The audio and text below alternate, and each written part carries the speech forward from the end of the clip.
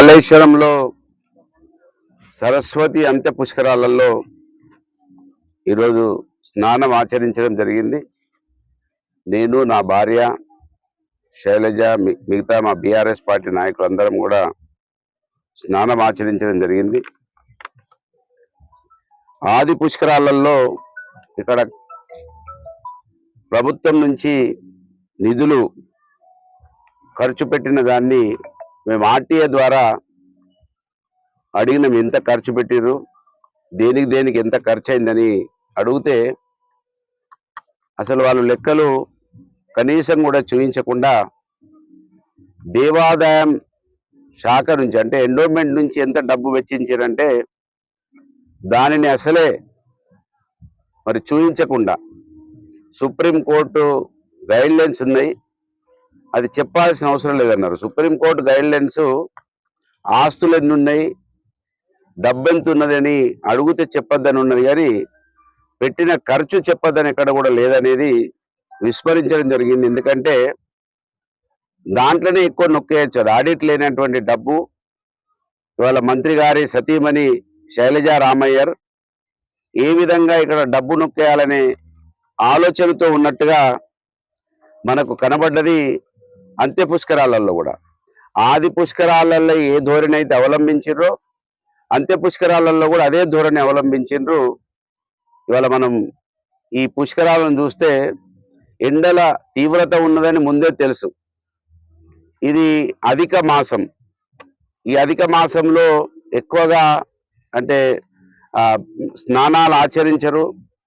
ఇది గొప్పగా హిందువులు ఈ మాసంలో పూజలు పునస్కారాలు చేయరని ఎమ్మెల్యే గారికి తెలుసు, వారి సతీమణికి తెలుసు.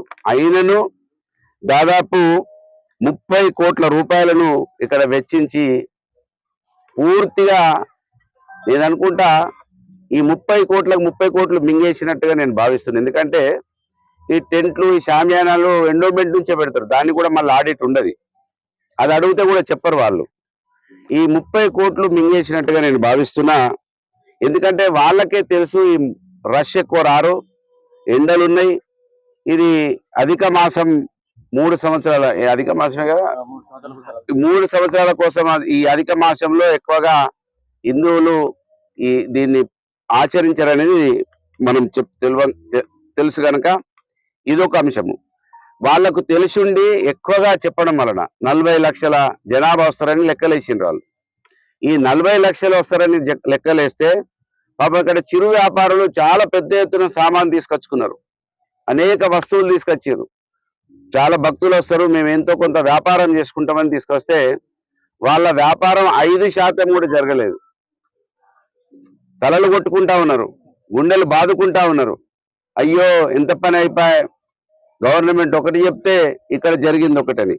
అంటే వీళ్ళు అందరినీ పూర్తిగా ఎలాంటి ఆర్థికంగా బలపడకుండా ఆర్థికంగా క్షీణించిపోయే కార్యక్రమాలు చేస్తున్నారు తప్ప ఆర్థికంగా వాళ్ళను బలపడడానికి ఇష్టపడతలేదంతానికి ఇది మనం సాక్షాత్తు కనబడతా ఉన్నది.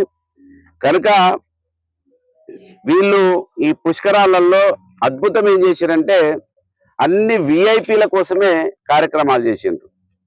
విఐపీలకు కల్పించిన సౌకర్యాలు సామాన్య భక్తులకు కల్పించలేదు. ఇవాళ నేను అడిగిన పురోహితులను అడిగితే తెప్పోత్సవం చేస్తూ ఉన్నారు, హారతి చేస్తూ ఉన్నారు. ఆ తెప్పోత్సవానికి హారతికి పొంతన లేకుండా ఏ విఐపి వస్తాడంటే గంటల తరబడి వేచి ఉండాల్సిన పరిస్థితులు భక్తులకు కలుగుతా ఉన్నది. దాంట్లో కూడా పూర్తిగా విఐపీలకు చూపించిన శ్రద్ధ సామాన్య భక్తులకు చూపించకపోవడం వలన నేను మొదటి రోజే మంత్రిని బస్టాండ్లో చూసిన.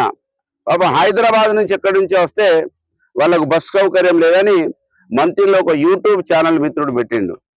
బస్ సౌకర్యాలు మొదటి రోజు కల్పించలేదు, భక్తులను సక్రమంగా చూసుకోలేదు, వారికి సౌకర్యాలు లేవు. ఇవాళ ఇక్కడ గ్రీన్ మ్యాట్లు ఏదైతే కనబడుతున్నాయో అది చిరు వ్యాపారాలు వేసుకున్నటువంటి గ్రీన్ మ్యాట్లు. ఏది కూడా సౌకర్యాలు కల్పించలేదు. కల్పించిన సౌకర్యాలు అది ఎండోమెంట్ నుంచి కల్పించినట్టుగా నేను భావిస్తున్నాను. ఎందుకంటే పోయినసారి మేము ఇన్ఫర్మేషన్ యాక్ట్లో అడిగినాం, మీకు కావాలంటే ఆ కాపీలు కూడా ఇస్తాను, వాటిని ఇవ్వలేదు. ఇది దండుకోవడానికే వాళ్లకు తెలిసిండి ఈ పుష్కరాలలో ఎక్కువ జనాలు రారని తెలిసిండి నోట్లు దంచుకోవడానికే ఈ కార్యక్రమాలన్నీ కూడా కొంచెం సాయంత్రం పూట కనబడడానికి ఓ లైటింగ్ పెట్టి అది మీద తూర్పాలి చేస్తా ఉన్నారు. అది షోపుట సరస్వతి అమ్మగారి మీద ఆ మండపం వేస్తాను, అది కూడా పూర్తి కాలేదు. మెయిన్ రోడ్ కూడా పూర్తి చేయలేదు, ఏది కూడా చేయలేదు. మేము అనుకున్నాం ఈసారి ముందే ఎందుకు రావాలి, తర్వాత వచ్చి చూస్తాము ఏమైనా బాగుంటుంది అంటే ఏది బాగలేదు. భార్యాభర్తలు కాళేశ్వరాన్ని ఏటీఎం లాగా మార్చుకున్నారు. వేల కోట్ల రూపాయలు ఇక్కడనే సంపాదించుకుంటా ఉన్నారు. మళ్ళీ ఓట్లు వస్తే నోట్ల సంచుల కోసం ఇవాళ అనేక రకాల దోపిడీలలో దేవుని దగ్గర కూడా దోసుకుంటా ఉన్నారు. కాళేశ్వర ప్రతిష్టను దిగజారుస్తా ఉన్నారు. ఎవరంటే ఇద్దరు భార్యాభర్తలు, ఎమ్మెల్యే గారు వారి సతీమణి, ఆమె కమిషన్. ఎందుకంటే ఇన్ఫర్మేషన్ యాక్ట్ పెడితే జవాబు చెప్తలేరు, ఇన్ఫర్మేషన్ యాక్ట్ను కూడా తుంగలేదు. మేమే ఇన్ఫర్మేషన్ యాక్ట్ని తీసుకొచ్చినాం, మాదే స్వచ్ఛంద పరిపాలన, ఈ స్వతంత్రం తెచ్చిందే దేశానికి మేమని చెప్పే కాంగ్రెస్ పార్టీ ఏడవేంది మరి మేము ఇన్ఫర్మేషన్ ఎందుకు ఇస్తలేరు? అది కూడా నేను స్వయంగా పెట్టినా కూడా ఇస్తలేరంటే వీళ్ళు ఏ విధంగా దోసుకు తింటా ఉన్నారో దీన్ని బట్టి అర్థమవుతా ఉన్నది. ఖచ్చితంగా క్షమాపణ చెప్పాలి. ఇది ఎందుకు చెప్తా ఉన్నానంటే రేపు గొప్పగా వచ్చే సంవత్సరంలో మన గోదావరి పుష్కరాలు రాబోతా ఉన్నాయి. అప్పటికైనా మీ దోపిడిని ఆపి ప్రజల కోసం, ఈ ప్రాంత ప్రతిష్ట పెంచడానికి కోసం, కాళేశ్వర ఆలయ ప్రసిద్ధి పెంచడానికి కోసం పనిచేయాలని డిమాండ్ చేస్తున్నా. మీకు ఈ ప్రాంతం మీద ప్రేమ లేదు, మీకు ఈ ప్రాంతంతో సంబంధం లేదు. మేమిక్కడ పుట్టి పెరిగిన వాళ్ళం, ఈ ప్రాంతంలో పెనవేసుకొని పెరిగిన వాళ్ళం, ఈ మట్టిలో పెరిగిన వాళ్ళం. ఈ మట్టి వాసన తప్ప మాకు వేరే వాసన రాదు, అక్కడ మేము ఉండలేం. మీరు ఇక్కడికి వస్తే మీకు చిరాకులు వేస్తుంది కావచ్చు, కానీ మాకు హైదరాబాద్ పోతే చిరాకులు వేస్తుంది, ఎక్కడికైనా వేరే దగ్గరికి పోతే చిరాకులు వేస్తుంది. ఈ ప్రాంతం బాగుండాలి, ఈ ఆలయాలు బాగుండాలి, ఇక్కడ అభివృద్ధి చెందాలి. దీని ద్వారా ఎక్కువ శాతం మా జనాభా ఉన్నది, 80% పైబడి ఉన్నటువంటి మా జనాభాకు ఏదో ఒక రకంగా, అది ఆలయం ద్వారానైనా, అది చెరువు ద్వారానైనా, ఆ గోదావరి ద్వారానైనా, ఏ ద్వారానైనా మాకు 4 పైసలు రావాలనేది మా సంకల్పం కనుక మేము ఇది అభివృద్ధి కావాలని కాంక్షించే వాళ్ళం. మీరు ఆ ధ్యాసలో ఉండాలని 40 సంవత్సరాలు మీకు అవకాశం ఈ ప్రాంత ప్రజలు ఇచ్చిండ్రు. కనీసం ఈ ఆలయాలనైనా, అదే మరి ఆలయాలను అభివృద్ధి చేయాల్సినటువంటి కులంలో పుట్టిన మీరు ఈ ఆలయాలు నిర్వీర్యం చేయడం దౌర్భాగ్యమైన విషయాన్ని గమనించాలని, ఈ అంత్య పుష్కరాలు ఖచ్చితంగా దుద్దిళ్ల కుటుంబానికి ఏటీఎం లాగా ఉపయోగపడ్డాయని, మన రాబోయే గోదావరి పుష్కరాలైనా అందుకోసం ఉపయోగపడకుండా ఈ ప్రాంత అభివృద్ధి కోసం, కాళేశ్వర ఆలయ ప్రసిద్ధి కోసం పనిచేయాలని డిమాండ్ చేస్తున్నా. జై తెలంగాణ.